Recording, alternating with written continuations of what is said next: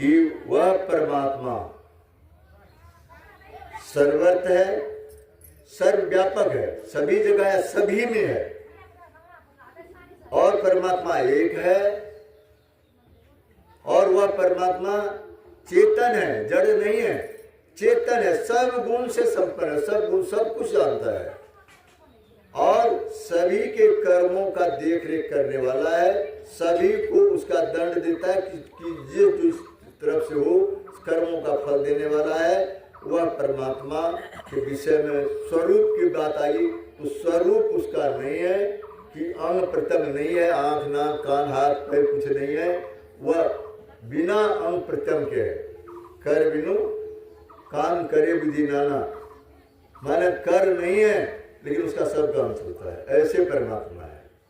उस परमात्मा के विषय में, उसके स्वरूप के विषय में अभी हम लोग सुन रहे थे, बाबा बोल रहे थे कि वही जान सकता है जिसको प्रभु जना दे। जिसको प्रभु जनाता है वही उसको जान सकता है। अब प्रभु है कहाँ? प्रभु को अगर आप चाहते हैं कि प्रभु हमारे साथ रहे तो प्रभु को आप धारण कीजिए। बेगर परमात्मा को अपने अंदर में बसाए आप जो कहिएगा कि हम शुभ है, नहीं होगा। परमात्मा को बिना बसाए भक्ति करेंगे वह भक्ति नहीं होगा। परमात्मा को अपने दूसरा विकल्प है ही नहीं। अपने शुद्धिकरण का, अपने अंदर का शुद्ध कैसे होगा ये आत्मा, उसके शुद्धिकरण के परमात्मा के अलावा बहुत कुछ नहीं है। परमात्मा को अंदर में बसा लीजिए। परमात्मा आपके अंदर में एकदम ध्यान से सत्यता पूर्वक कि परमात्मा हमारे अंदर में अंश में, ये बात अगर आप जान लीजिए तो आपसे बुरा काम नहीं होगा, आपसे गलत काम नहीं होगा, आपसे शुभ काम होगा और आपकी गति सुधर जाएगी, आपकी मति सुधर जाएगी, आपकी युक्ति सुधर जाएगी, आपकी रास्ता सुधर जाएगी। अगर आप परमात्मा को धारण कर लीजिए कि मेरे साथ अंग संग परमात्मा रहते हैं, इसको अगर धारण कर लीजिए एकदम सत्यता के साथ, तब आपसे कोई बुरा कर्म होगा ही नहीं और परमात्मा को पाने में तब देर ही नहीं लगेगा, तब जल्दी भी नहीं रहेगा। अब परमात्मा कहाँ रहते हैं? एक भजन से मैं आप लोगों को सुनूंगा। प्रभु जी घट के भीतरिया कैसे पकड़बू गोरिया, प्रभु जी घट के भीतरिया कैसे पकड़बू गोरिया,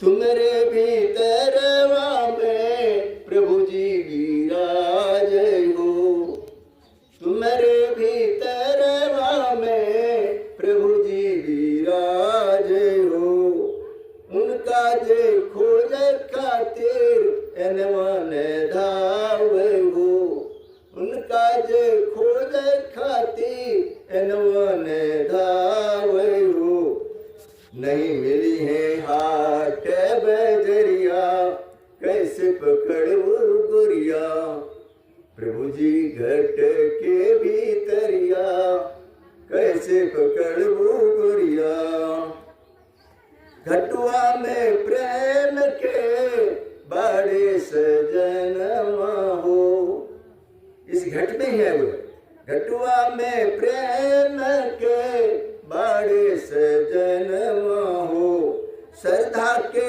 फूल से वही जन पूजनमा हो, उसको श्रद्धा से पूजेंगे, वो तो है ही नहीं, वही श्रद्धा भाव हमारा अगर ठीक है तो परमात्मा वही है।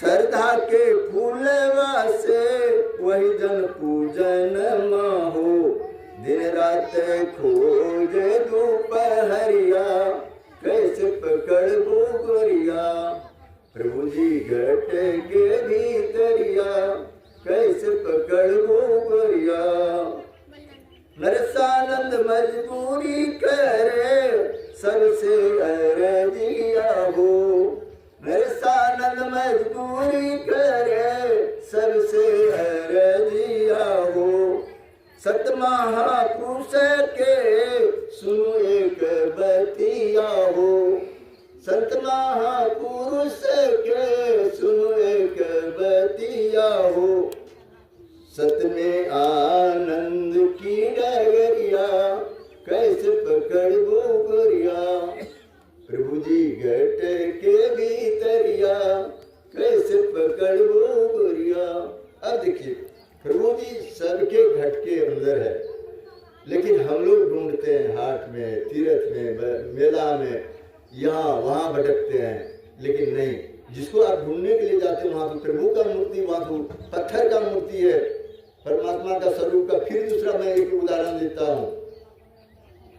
मंदिर गया तो पत्थर का मूर्त खड़ा था, मस्जिद गया तो सोना पड़ा था, मस्जिद गया तो सोना पड़ा था, चर्च गया तो सूली पे खड़ा था, और गुरुद्वारे गए तो चादर ओढ़ के ढका था।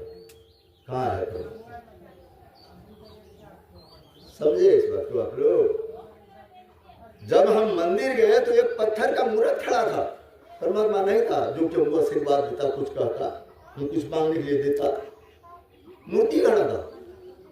जब मस्जिद गया तो वहां सोना पड़ा था, कुछ नहीं था, वैसे बनाया हुआ है।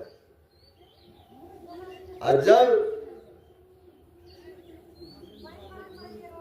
यीशु मिसाल के पास गए वहां सूली भी खड़ा था। अब पंजाबी आश्रम में जब गए, गुरुद्वारे में जब गया तो वहां चादर से ढका था। परमात्मा कहाँ है? अब तो चारों जगह का, चारों जाति है, चारों वर्ण का लोग है, चारों तरफ से मैं बता दिया परमात्मा है कहाँ।